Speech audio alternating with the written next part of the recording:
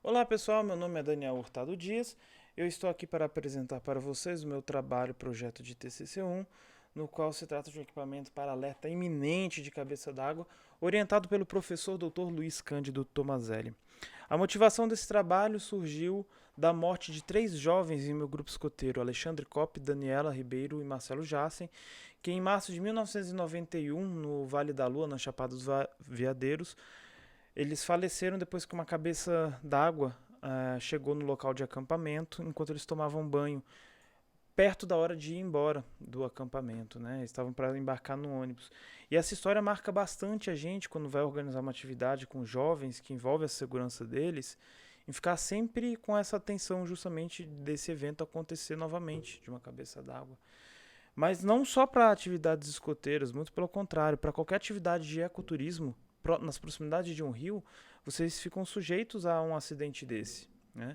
A cabeça d'água se dá muito rapidamente e na maior parte das vezes vocês não é possível evadir do local, né? Sair com segurança, o que acaba levando a muitos óbitos por ano. É possível encontrar, fazendo uma pesquisa simples no YouTube, vários acidentes deles. Por exemplo, em 21 de fevereiro de 2020 mesmo, 6 estudantes morreram na Indonésia e outros 10 ficaram feridos quando uma cabeça d'água acertou uma excursão de uma escola com 250 alunos que estava fazendo um passeio por um rio e acabou resultando nesses 6 óbitos. Né? Segundo o NOAA, que é a National Oceanic Atmospheric Administration nos Estados Unidos, de 1996 a 2014, foram registradas 1.075 mortes. Só uma ressalva nesse ponto que, em inglês, não existe um termo para cabeça d'água, que no caso, para eles é flash flood, uma inundação rápida. Ou seja, acaba sendo um termo um pouco mais abrangente e é difícil, justamente por conta desse motivo, você encontrar muitos dados internacionais. Você acaba encontrando mais dados propriamente ditos de cabeça d'água em português, porque o termo flash flood em inglês é muito genérico, muito abrangente. Né? E daí surgiu a motivação de fazer um protótipo que pudesse de alguma forma oferecer alguma segurança ou nos dar um aviso para que a gente tivesse a chance de sair do rio em uma atividade, por exemplo, escoteira. Uma cabeça d'água, basicamente, do que se trata? Aqui nessa imagem a gente pode ver um rio antes do evento, do fenômeno, e um durante o fenômeno. Né? Algumas características da região fazem com que ele seja mais propenso a ter uma cabeça d'água, que é a alta declividade do rio, né? A região montanhosa, o que também acaba, às vezes, sendo um fator associado com a baixa permeabilidade do solo, muitas pedras, né? Uma rápida resposta da bacia hidrográfica, que pode ser inclusive causado por um solo saturado já, em que ele perde mais a sua capacidade de reter água. Chuvas concentradas na parte alta da bacia hidrográfica, ou seja, na cabeceira do rio, como é dito. E rios longos sem afluentes significativos, ou seja, quando você tem uma região montanhosa, um solo que não está mais capaz de absorver devidamente água, e você tem uma chuva muito intensa onde esse rio se forma, ou seja, na sua cabeceira, acaba que toda essa água que não foi absorvida pelo solo, ela é canalizada de uma vez para um rio, que por ser sem afluentes significativos, ele concentra essa água e acaba gerando uma frente de onda que desce o rio e aumenta rapidamente o seu nível, o que faz com que seja possível é impossível você sair com segurança. Aqui vocês podem ver nessa imagem, por exemplo, essa pedra aqui mesmo, que é aqui durante a cabeça d'água, ela praticamente é coberta já, né? Essa outra menorzinha que você já não tem nem mais visão dela. Tamanha a força, a violência do rio. Então, nosso objetivo é construir um protótipo de um sistema de monitoramento e alerta local, né, de cabeça d'água, com uma característica de portabilidade e independente de outros sistemas para serem empregados em locais de grande fluxo de ecoturistas. Então, esse objetivo geral ele pode ser destrinchado em alguns pontos mais específicos. Por exemplo, a sua portabilidade. Se nós vamos tratar esse equipamento como um objeto que você pode levar para o campo, ou, por exemplo, um acampamento, ele deve ser portátil. Ele deve ser possível de ser carregado numa mala ou dentro de sua mochila. ele deve ter um alcance significativo. Quanto maior a distância entre o transmissor e o receptor do sistema, melhor. Quando eu explicar como funciona a ideia do projeto, essa ideia de alcance vai ficar mais clara. A autonomia. O transmissor, onde vai estar o sensor que vai estar medindo as características do rio, ele vai ficar num ponto mais elevado e às vezes de difícil acesso. Então é importante que ele tenha uma autonomia, não só por segurança da bateria, de você estar operando sempre com uma capacidade suficiente para não dar problemas, assim como você evita de você estar tendo que a todo momento prestar manutenção ou troca de bateria no transmissor. E principalmente a confiabilidade. A gente está falando de um equipamento de segurança cujo seu objetivo é salvar vidas em caso de uma incidência de cabeça d'água. Desta forma, esse equipamento ele deve ser confiável. Ele pode ter, por exemplo, 2 níveis de alerta, em que qualquer falha eletrônica, ou seja, perdeu a leitura do nível, ou perdeu o sinal do transmissor, ele já seja o suficiente para te dar um alerta, né? Então, nós fizemos uma análise do sistema, baseado na ideia. A ideia qual que é? É você ter, então, um transmissor numa parte mais alta do rio, no qual ele mede as características do rio, como o nível dele, e ao notar uma discrepância, ele envia para um receptor, no qual as pessoas estão na sua proximidade, o alerta iminente de uma cabeça d'água, né? Ou seja, ele detecta, por exemplo, um aumento rápido do nível de água, avisa, manda um sinal para o receptor emite um sinal sonoro e as pessoas que estão ali na proximidade do receptor eles poderiam então sair do rio com segurança. Então, vários pontos dessa ideia devem ser trabalhados, começando pelo próprio sensor de nível. Então, como aferir que nós estamos diante de uma cabeça d'água? A gente pode fazer essa análise em cima de um radar. Essas 3 imagens foram tiradas na ANA, Agência Nacional de Águas, em uma visita que foi feita em janeiro, já em vista desse trabalho, né, em que eles mostraram que tipos de tecnologia que eles utilizam para sondar um rio.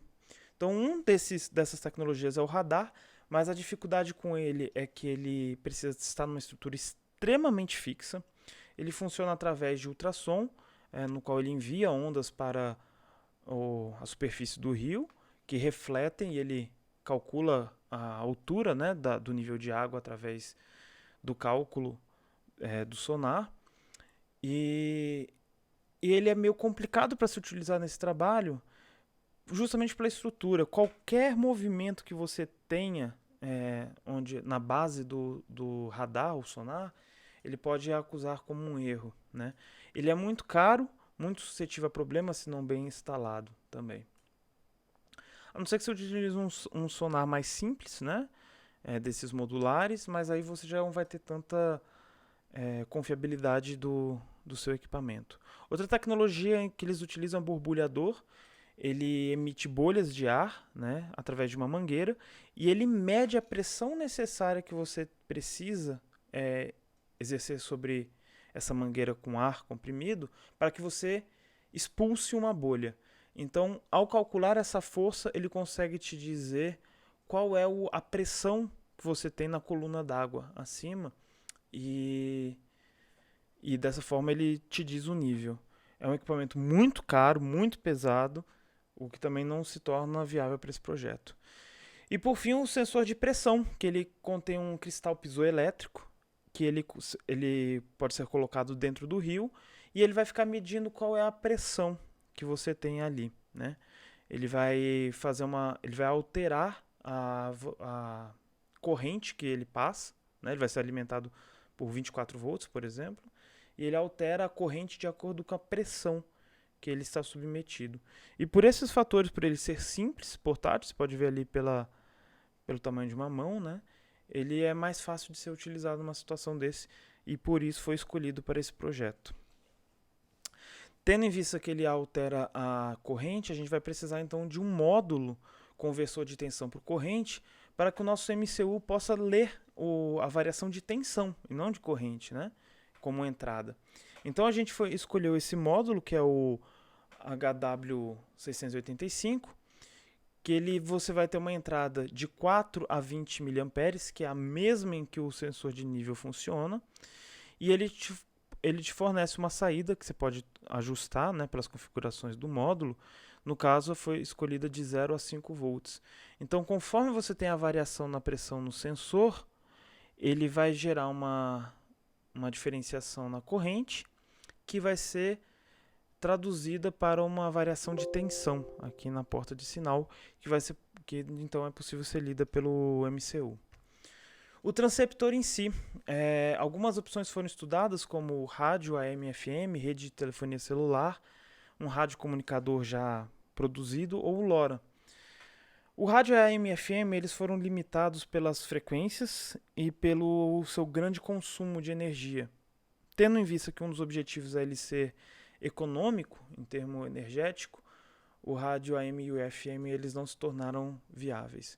A rede de telefonia celular, apesar de ser uma forma muito boa de você transmitir bastante dados, a gente tem que considerar que a gente vai para áreas remotas em que muitas vezes, na maioria das vezes, você não tem uma rede de telefonia disponível.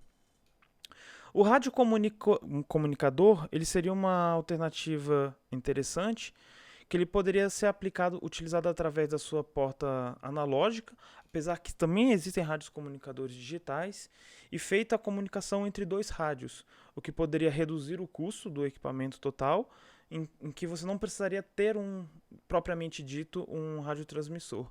Mas o LoRa se tornou um dispositivo muito mais interessante, porque ele é um equipamento já produzido para sensoriamento, no qual ele possui uma capacidade de transmissão a longo alcance com baixíssimo consumo energético. Ou seja, ele se faz da forma mais viável para esse projeto. Você tem várias frequências, inclusive vão ser trabalhadas mais à frente, que inclusive viabilizam essa possibilidade. Para isso a gente tem que escolher uma frequência. Aqui foi colocada uma equação, né, no qual você pode ver que a potência de transmissão em watts ela se dá pelo comprimento de onda ao quadrado, ou seja, quanto maior o comprimento de onda, maior vai ser a sua transmissão em watts. Só que o comprimento de onda ele é dado pela velocidade da luz sobre a frequência.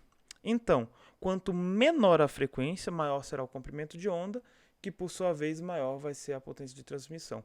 Então, escolhendo as frequências disponíveis para o LoRa, foi escolhida a menor possível, de 170 MHz, e uma antena que fosse condizente. Essa aqui é uma antena de alto ganho, de 4 dBi, de 50 centímetros, na qual ela se torna a mais propícia para esse módulo de 170 MHz, esse módulo LoRa. Essa frequência também ela é utilizada em comunicação, essa faixa, né, de 170 MHz, ela é utilizada inclusive em comunicação solo-solo da Marinha. Então ela já é uma frequência interessante para a nossa aplicação, que será solo-solo. Ela é liberada, inclusive, as frequências elas são regulamentadas, né, o uso delas, e essa é liberada.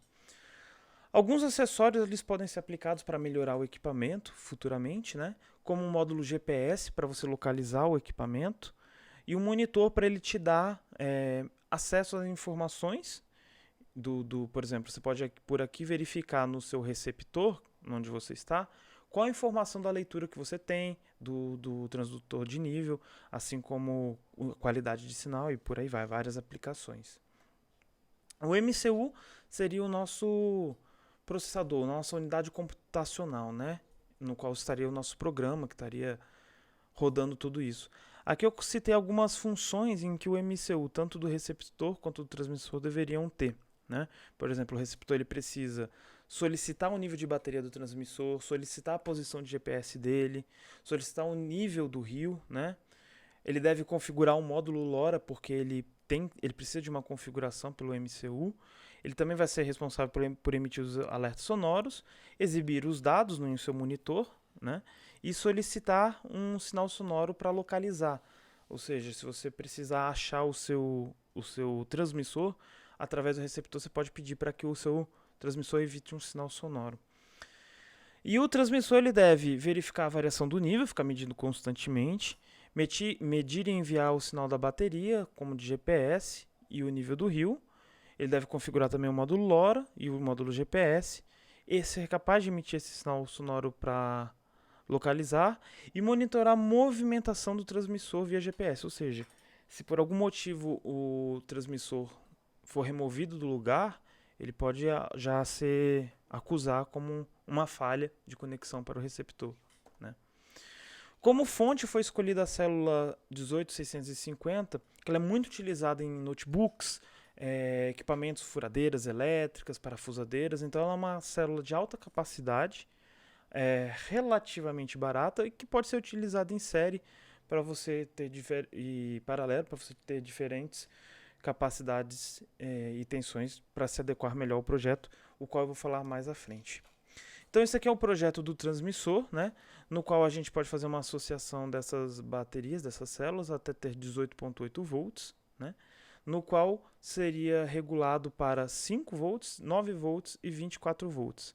24 volts seria utilizado no sensor de nível, nosso transdutor de nível, o 9 volts para o conversor de corrente e 5 volts tanto para o LoRa quanto para o nosso MCU. Aqui eu já vou fazer alguma referência quanto ao LoRa, que ele precisa de alguns ajustes de tensões precisos. Ou seja, as portas de entrada do LoRa, elas não podem, por exemplo, pegar 5 volts direto do MCU. Eles precisam passar por um divisor de tensão para evitar de queimar o módulo LoRa, que ele é muito sensível. Assim como algumas outras conexões, elas precisam passar por um pull-up para ele conseguir gerar o sinal de forma que o Arduino possa ler, né? De forma proporcional, o receptor ele vai ter o mesmo módulo, né? Só que com algumas chaves a mais. Aqui no transmissor a gente tem apenas um botão para você setar o nível basal do rio. Ou seja, você vai colocar o seu sensor no rio, vai apertar esse botão e vai avisar para ele, ó, esse é o nível base. Depois é lógico de você ligar o sistema. Esse aqui é o nível básico do rio. Qualquer variação a partir daqui, ele deve acusar. E o receptor ele já vai ter alguns mais botões diferentes, né? Então ele vai ter um botão de reset do alarme, ou seja, uma vez que o alarme dispara, ele vai ficar emitindo até que o botão de reset seja apertado. E configurações do display, né? No qual você vai poder mudar as informações que estão sendo exibidas aqui no display.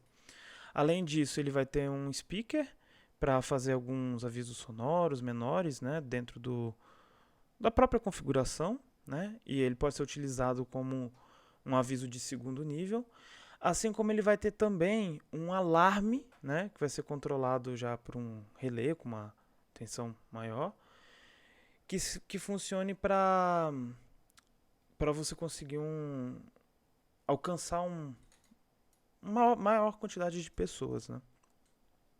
Alguns testes já foram feitos quanto a isso.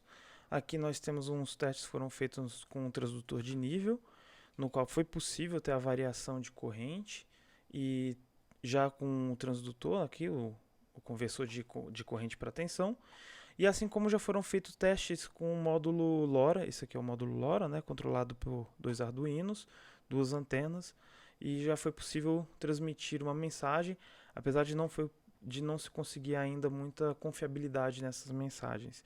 Isso tem que ser desenvolvido em nível de software ainda.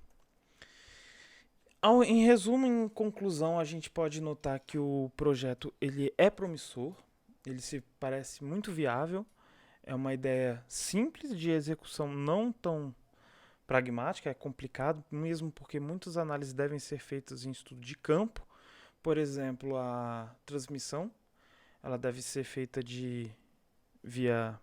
tem que ser feito teste em campo, porque a situação de atenuação de uma mata, de uma floresta, de montanha é muito intensa, e então alguns testes precisam ser feitos em campo mesmo, né? Mas em teoria ele se torna bastante viável, né? E que tem um potencial grande para salvar vidas. E basicamente é isso. Obrigado.